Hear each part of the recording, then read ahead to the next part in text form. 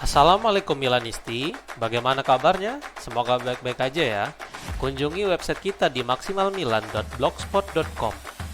Jangan lupa subscribe dan nyalakan lonceng notifikasi untuk terus mendapatkan berita terbaru seputar AC Milan, khusus Milanisti.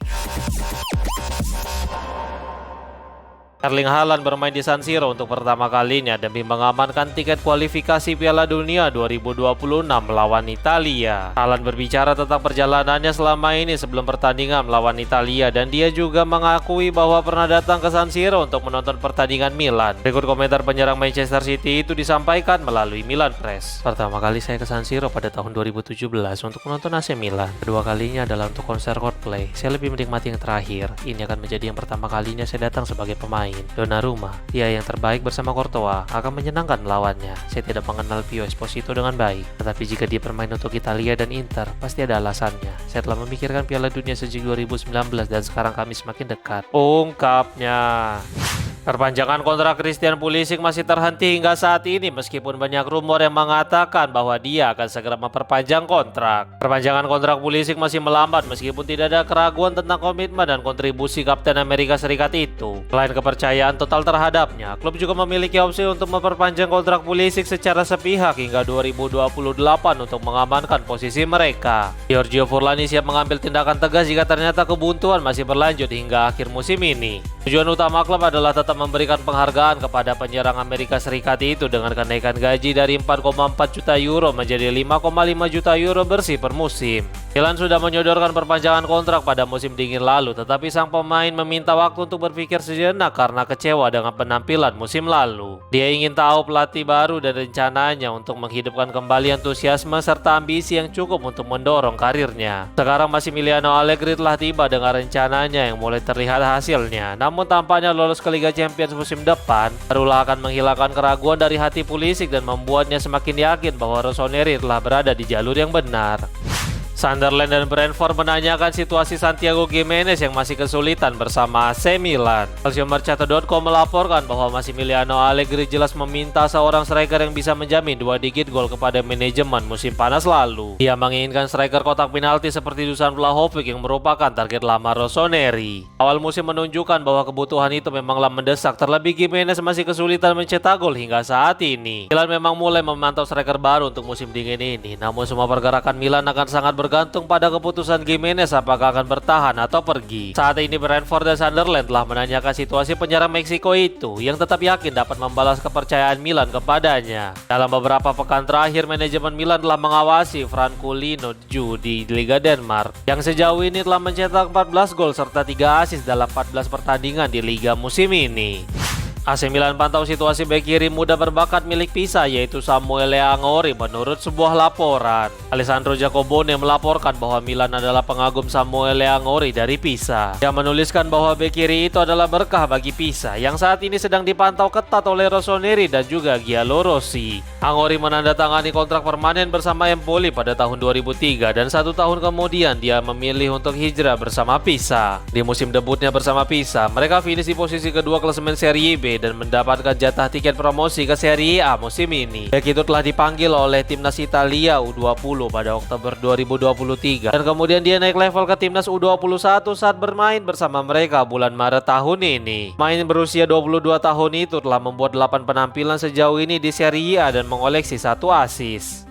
Masa depan Robert Lewandowski terus dihubungkan dengan AC Milan dan sekarang dia telah menolak Fenerbahce menurut sebuah laporan. Football Italia mengutip Sky Germany yang melaporkan bahwa Lewandowski telah menolak proposal dari Fenerbahce karena dia tetap ingin bermain di level yang lebih tinggi. Penyerang Polandia itu tampaknya tetap memprioritaskan level legal daripada gaji besar yang ditawarkan klub Turki itu sehingga memberikan harapan kepada Milan. Situasinya mirip dengan Luka Modric yang saat kontraknya berakhir di Real Madrid dan pada akhirnya dia menandatangani kontrak bersama Rossoneri saat berusia 40 tahun. Demi berbicara kepada TVP tentang masa depannya dan mengakui membutuhkan waktu untuk mengambil keputusan. Berikut komentar sang penyerang. Saya akan segera siap untuk memutuskan arah mana yang harus diambil. Saya akan mengevaluasi semua pilihan. Saya tidak tahu di mana saya akan berada atau apa yang ingin saya lakukan dalam beberapa bulan ke depan, ungkapnya.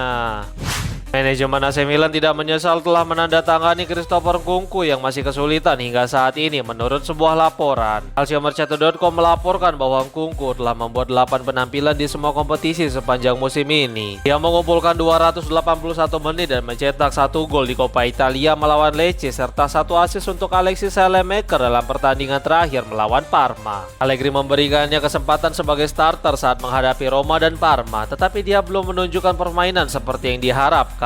Investasi sebesar 38 juta euro ditambah 4 juta euro tampaknya telah membebani sang pemain. Namun manajemen Milan sangat percaya kepada Nkunku adalah pemain yang kuat dan akan sangat berguna bagi skema Massimiliano Allegri. Kesulitan di awal terkait penyesuaian dengan gaya sepak bola yang berbeda daripada Liga Inggris dan Jerman serta kondisi fisiknya yang belum 100% tampaknya menjadi faktor utama. Iglitari tidak menyesal memilihnya pada akhir Agustus meskipun para penggemar mengharapkan penyerang tengah kotak penalti.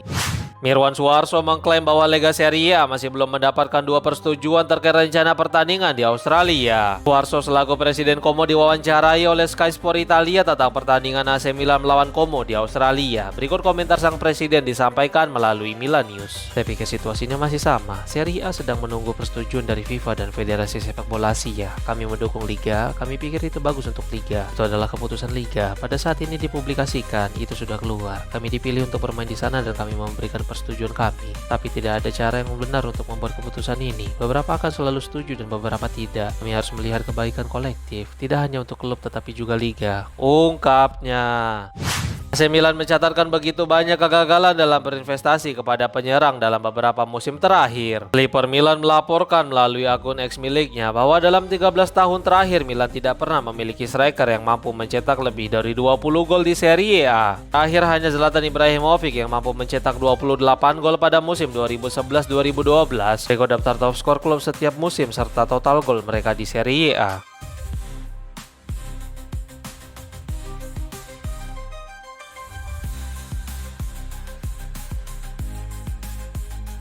Sejak 2017, Milan telah menghabiskan 169 juta euro untuk penyerang, namun konsistensi di depan gawang masih juga sulit. Berikut penyerang yang direkrut Milan sejak 2017 serta biaya transfer mereka yang dilaporkan oleh Rohir Rajev.